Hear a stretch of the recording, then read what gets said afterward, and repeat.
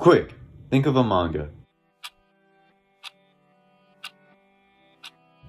Odds are you probably thought of a popular series such as Berserk, Naruto, or JoJo's.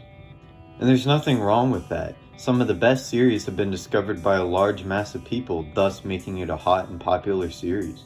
But you have to think that for every series that made it big, there are multiple that just didn't catch the public's eye. When I started to think about this, I realized that there are some series that I enjoy that I haven't seen many people talking about. So I thought I would make a video talking about some of the lesser known stuff that I enjoy and try to make it entertaining for you guys.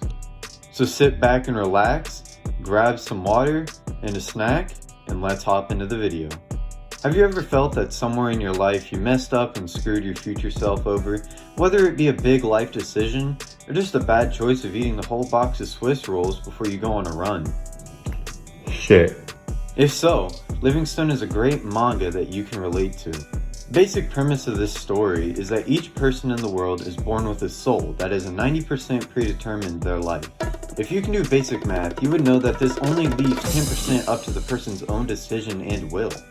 This 10% leaves room for the person to deviate from the path that they were originally supposed to be going down. This creates a Psycholith, which is a manifestation of the person's soul. If not collected or cleaned, it creates what's known as a negative point. A negative point is an area that is known for messing up people's souls and turning them into Psycholiths, thus creating a never-ending cycle.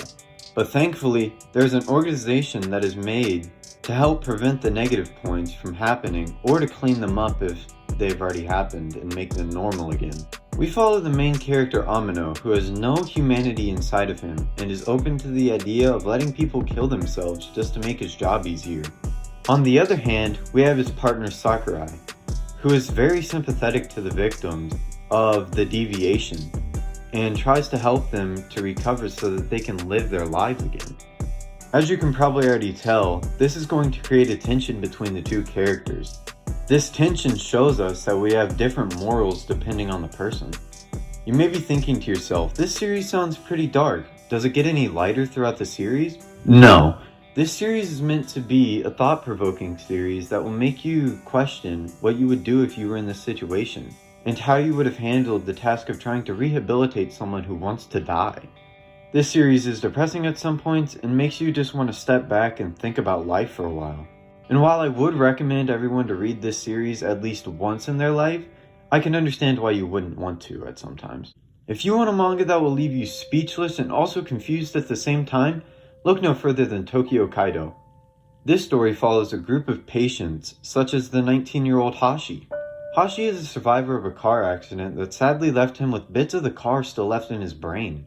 This causes him to blurt out everything that he thinks, and as you can determine, this gets him into a lot of trouble. Hana, a 21-year-old who has orgasms uncontrollably. Kaido, a 10-year-old who believes full-heartedly that he has superpowers. And Mari, who is 6 years old and can't see other humans. There are a lot of other characters in this series that you will get to know and understand how they got to this point in their life. But we mainly follow Hashi as he tries to bond with the other characters, but he ends up having a hard time because every time he has a comment, whether negative or positive, he blurts it out. And it's not that he wants to, he does it reluctantly because he knows that it might hurt the other person's feelings, but he has no control over it. This manga is very emotional and may cause you to cry or have some sort of reaction, but it's still a very well written story that I think you should read. Let's end this with a lighthearted manga. When I think of an underrated series, my mind automatically thinks of Chrono War. In this series, we follow the events that take place after a US satellite crashes in Tokyo. You find out very quick that this isn't just any normal satellite. It's actually an alien life form that came down to Earth to learn the behaviors of humans. Now that I think about this kind of sounds like the monsters are due on Maple Street so far. But anyway, that's besides the point. After we find this out, we see that time has actually stopped for those who have been affected by the aliens. Those who have been affected don't really know what's going on. This creates a panic between them and they start fighting.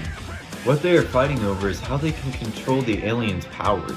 So if you're looking for an action/mystery manga, this is a great story for you. Thank you for watching this video. Let me know if you liked it down in the comments because this is kind of more higher production than I normally do. but I wanted to try something new, and that's why there hasn't been a video out for a while. But if you did enjoy it, let me know down in the comments, and also make sure to hit the like button and subscribe if you enjoyed this content or you just want to support me. And with that being said, peace.